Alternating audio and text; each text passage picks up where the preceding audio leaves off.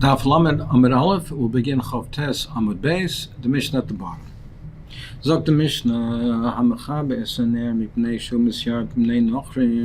if a person extinguishes a flame that's burning on Shabbos because he's afraid of Nochrim, so Rashi explains that the Parsim had a chayik that on their Chaga the candles could only be lit in their base of Avodah Zarah. So it was dangerous. It was dangerous to have it lit elsewhere. So if he's extinguishing the flame because he's afraid from the Nochrim, or because they list him, or he's afraid from bandits, he's afraid of Sakana, they might see him, or because of Ruach Ra, a certain amount, kind of depression, emotional sickness, that if he doesn't have darkness would be a Sakana for him, or a choila that is sleeping, that wants to be able to fall asleep, so he wants to therefore extinguish the light. But in all these cases, he's potter. We'll see the reasoning of the Gemara. However, but if the reason he extinguishes the flame because he's chas on the lamp, he doesn't want it, he's afraid it's going to burst, or he doesn't want the oil to be consumed, so he doesn't want that much oil to be consumed, and that's why he extinguishes, or because of the psila, he doesn't want the wick to be consumed and to be ruined, then he's chayiv. In these cases, he's chayiv. Again, we'll see the reasoning of the Gemara. Rabbi Yosi poiter b'kulan. Rabbi Yosi says in all of these cases that they're potter, except chus min psila, except for the wick, because over there because over there he's making the wick into a coal, and that's considered a constructive purpose. We'll see in the Gemara what is the reasoning for the Tanakama and Rabbi Yosi. The Gemara will explain the reasons. So the Seif of the Mishnah says that if he's chas al Hashem and chas al aner al Hashem al psila, if that's the reason why he extinguishes the flame, then he's chayiv. Now these things would be considered a malacha shenisricha legufa. To be chayiv on Melecha Shabbos, chayiv on Melecha Shabbos, it has to be a malacha shenisricha legufa. It has to be done for a constructive purpose. But more than that, the malachas were learned out from the malachas HaMishkan, and they were done for a purpose that was not only a positive purpose, but a constructive, creative purpose. It was building the Mishkan. There's a machlokes Rabbi Yehuda and Rav Shimon if one does malacha simply to avoid a negative. It's not really creating, it's not a creative purpose, but it has a positive purpose, but only insofar as that he's avoiding a loss. So, for instance, in the case of the Mishnah we discuss, he's extinguishing the flame, but why is he extinguishing the flame? Only to avoid a loss of oil, a loss of damage to the ner or to the psila. Now, Rav Shimon would hold that that is a malacha she'ein tzrich legufa and your potter. That's not the Isser Deraisa, that's not what's implied by and contemplated by the Malacha and Melecha Shabbos. So he holds his potter, it's also midrabbanan, but there's no Chiv Chat, there's no Isser Deraisa. Rabbi Yehuda, on the other hand, holds a Malacha she'ein tzrich legufa is chayiv.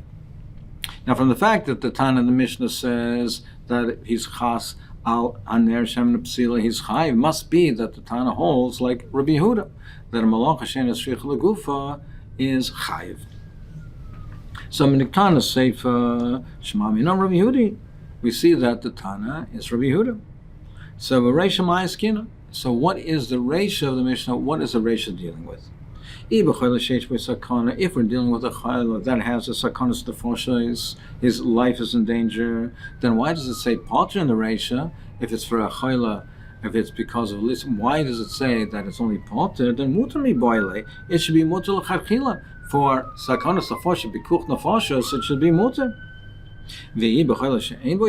And if it's a chayla she'ein boi sakana, then if we're going according to Rabbi Yehuda, then chayiv chatas mi boile.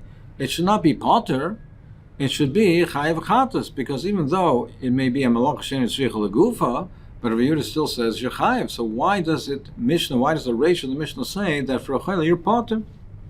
More answers, we're talking about the chayla sheyesh by sakana, and therefore really it should be mutar. But va'aydi the boy lemisne sefer chayev. So it's loyal b'chayla sheyesh bo sakana ubedin hu delisnei muter, and really you should say it's muter because it's really muter. Va'aydi the boy lemisne sefer chayev tananam reisha potter. But just for language, for the consistency in the language, that the sefer says that in the case is where he chasal aner shem he's chayev. To contra that, here it says potter. But in reality, in the case of the chayla, it's really mutter because it's talking about a chayla sheyesh bo sakana. V'hadatani Rav Ashi im b'shvil chayla sheyoshan. He says lo yichavim kaba im kiba potter aval also. Now Rav Ashi, the way he taught it was that if it's because of a chayla sick person, you should not extinguish the flame. And if you did, he says potor. Now, obviously, he must be learning differently because he's saying you cannot extinguish the flame. And if he did, it's potor. It's not chayev. He is talking about a chayla she'ein bo sakana. So there's no pikuch nefashos, and therefore there's no heter, and there's no heter to be mechaber, to do the malach. Why is it then potter? Why is it not chayev? Because he, as opposed to our Tana, he is going like Rav Shimon. Rav Shimon, and this is the shita of Rav Shimon. It's a malach she'ein tzrich legufa, and it's potter. So discussing this type of shalom, extinguishing the flame, where this shiloh is presented, and then that's going to be a springboard to discuss milsa da'agarata, which the Gemara will discuss in some detail. This shaila was brought before Rav Tanchum. Can you extinguish the flame for the benefit of a seriously sick person on Shabbos? So based on that, that was a springboard. He's going now into a milsa dagarata, and will come back afterwards to answer this shaila. Pasach v'amar ant shleima an chachmascha an suchlasun nesacha. Where are you, Shleima Melech? So he said, are you, Shleima? Where is your chachma? Where is your wisdom? Where's your understanding? Not only are words contradicting Dovid Melech, your father, they seem to contradict each other. Dovid Melech said, Dovid Melech said, those who are Mesim, who already died, cannot praise Hashem. And you say, and you praise the ones who are nifter, the ones who already dead. You said, no, that's a praiseworthy that they already died.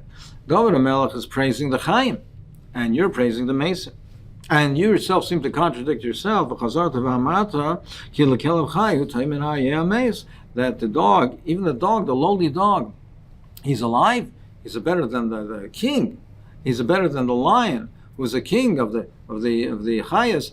He's better than the lion if the lion is dead. So you yourself are praising those who are alive. So how do we resolve this contradiction? Loikash. That the Dovid Melech said that the Mason can't praise Hashem. A person should be chaparayim, he should be diligent. He should be Isaac and Torah mitzvahs while he's still alive. Chaparayim, because she came in Shemeis, bottom in a Torah min mitzvahs. Vein l'Kodesh Baruch Hu Shavach Boy, and the Kodesh Baruch Hu has no praise, no honor from him. So chaparayim, as long as he's alive, be Isaac and Torah mitzvahs. And that's what is implied with Rav Yochanan. It says, "My dechsiv b'meisim chavshi." It says, the mace are free. What does that mean? Came to mace odam now so chavshi minutara mitzvahs. He becomes a person died. He's chavshi minutara mitzvahs. He can't be mekayim Torah's mitzvahs anymore. And that what Shlomo said, that I'm praising the Mesim Shekvar Mesu, he's praising the Mesim, not the Chayim, is referring to the following. After the Ched of the Egel, Amud Moshe Lifnei HaKadosh Baruch Hu, v'Amar Kam Tfilos Sh'achtum Lefonav. So Moshe Rabbeinu beseeched Hashem, he pleaded with Hashem, he was spal for Klal Yisrael V'loinen, and he wasn't answered. But however, but when he begged and he cried to Hashem to remember the Avos, who were obviously no longer alive, for the Mason, or the Avos, miyad nana, he was answered immediately. So isn't it proper that Shlomo says, I'm praising the Mason? You see, Moshe Rabbeinu, when he was alive, he could not save Klal Yisrael. It was b'schus the Mason, b'schus the Avos, who were already nifter. That's how he's matzliach to save Klal Yisrael. Davar acher, minhag shel olam, the minhag of the world is sar basav adam goes gzera. If a human officer or ruler makes a gzera, safek mekayim noiso, safek mekayim so. It's a safek. Will they keep this gzera or will they not? But even vim tim saloim mekayim noiso, and even if you say that they will be mekayim and they will fulfill it, but b'chayim mekayim noiso, that's only so long as he's alive. But after he died, then they're not mekayim it anymore. But Moshe Rabbeinu goes to come exeres, v'tigen kama takonos, v'kayamas hem l'olam l'olam. Now Moshe Rabbeinu, he made so many takonos, and they're eternal, and they're kayim forever, doiris. And didn't he say properly that I'm Meshabeach the Mesim? That those who make Gezeres nowadays, Saf Mekayim, Safek not, and it's not eternal. Moshe Rabbeinu, who lived earlier, who's no longer alive, his takonos, his Gezeres are eternal. So Shabeach Ani es ha Mesim, I'm Meshabeach the Mesim. Moshe Rabbeinu, who's no longer alive, his takonos are eternal. Davar acher v'shabeach ani, praise the Mesim, Rav Yehuda Amarav, like Rav Yehuda Amarav said, Amar Yehuda Amarav, my dersiv. It says, Asay imi ois l'toiva v'yiru soina ve'yavoishu. David HaMelech said, make an ois, make a sign for me and my enemies, and the enemies will be ashamed, and they will be ashamed, they'll see it and be ashamed. Amar David l'fnei Kodesh Baruch Hu, he said, Ribono Shel Olam. He said, Mechoyli al oisa oven. He said, forgive me, be moichel me for the aver, for the oven of Basheva. Amar lemachol, the Ribono Shel Olam said, it's forgiven. Amar aseh imi ois b'chaya. He said, make a sign for me in my lifetime to show that you forgive me. Amar lo, Hashem said, b'chayecha ini moidia. I'm not going to make a sign for you in your lifetime. I'm not going to inform the world in your lifetime. But b'chay Shlomo bincha ani moidia. But in the life of Shlomo, your son, I will make it known. I will make it known that I forgive you for this avera. Kishabonu Shlomo es Beis HaMikdash. Now, when Shlomo Melech built the Beis HaMikdash, Bikesh L'Hachnis Aron LeBeis Kodesh Kadoshim, he wanted to bring the Aron into the Kodesh Kadoshim, but he was unable to because Dovke Sharm Zebazeh, the gates closed tight, and he couldn't bring it in. Amar Shlomo Esim V'Arba Ranonos. So Shlomo Melech said 24 Ranonos, songs of Tefillah, and he was not answered. Then he said, so he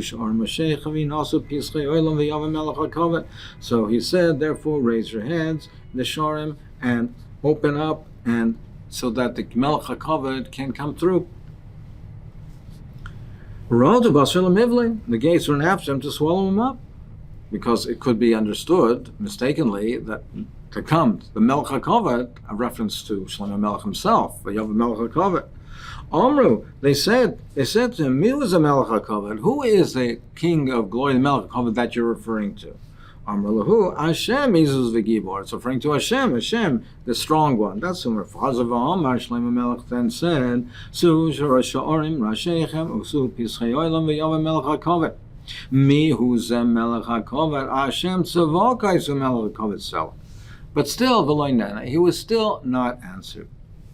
But cave and Sha'amar Shalakim al Tashe Pnei Mashichecha Zachro Lechasdei Dovid Abdecha. But when he said that, remember the Chesed of Dovid Hamelech, of Dovid, your Eved. Remember the Chasodim of Dovid. Miyad. Immediately he was answered. So you see that he was answered b'schus Dovid Hamelech, who was no longer alive. Who was Nifter, who was made. You see that he was B'schus Dovid, he was answered. And then when the gates opened, B'schus Dovid HaMelech, Nefchu Pnei Kol Seini Dovid Keshuli Kedera, the faces of David's enemies turned dark. They were so ashamed they turned dark, that like the blackness of the bottom of a pot. because they had such busha. Then everybody knew that Rabbeinu Shalom forgave him for that aver b'sheva. And isn't it proper that Shlomo Melech says, I'm praising the Mesim who already died? He was only answers in the tefillah for Dovid HaMelech, who was already in Iftar. And that's what it says over there. After the Chanukah Mizbeach, then on the 8th day, the Shlomo Melech sent the nation back, and they blessed the king. They gave a bracha to the king. And they went back to their tents, to their homes. They went happy, and with the gladness in their heart. When they were so happy, I'll call out Dovid for all the good that he did to Dovid. This sin and this ice that he was meichelim. Asher also Shem Dovid Avdol Yisrael Am, and David Avda and Yisrael's nation. So now the Gemara darshans. What is the reference of all these things? They went back to their tents. They found that their wives were tar. There was no tumas nida. They were tar. It says they were full of simcha, because they were there in the base of Mikdash, the Hashras Shechina. They were nana miziv Shechina, and they had gladness in their heart. They all the zocher, that all of their wives were nisabra, and they gave birth to a zocher, to a male. All the goodness that he did for David his servant, that he forgave him for this affair of Bashem. Yisrael Amoy, and for Yisrael Amoy, the Achilehu Ovan the Yom Kippurim, that he forgave them for the Avera of Yom Kippur, because they darshaned that during the time of the Chanukas Mizbeach, when they made the Chanukah of the Beis HaMikdash, they darshaned that it was mutter to eat and drink on Yom Kippur. Now that period of time spanned Yom Kippur, and they ate on Yom Kippur, but they had misgivings that perhaps they did something improper. No, they were informed that there was no avera, whatever it is, they were forgiven and they acted properly, so they had the gladness in their heart that they did not do wrong, and they had no avera for eating on Yom Kippur.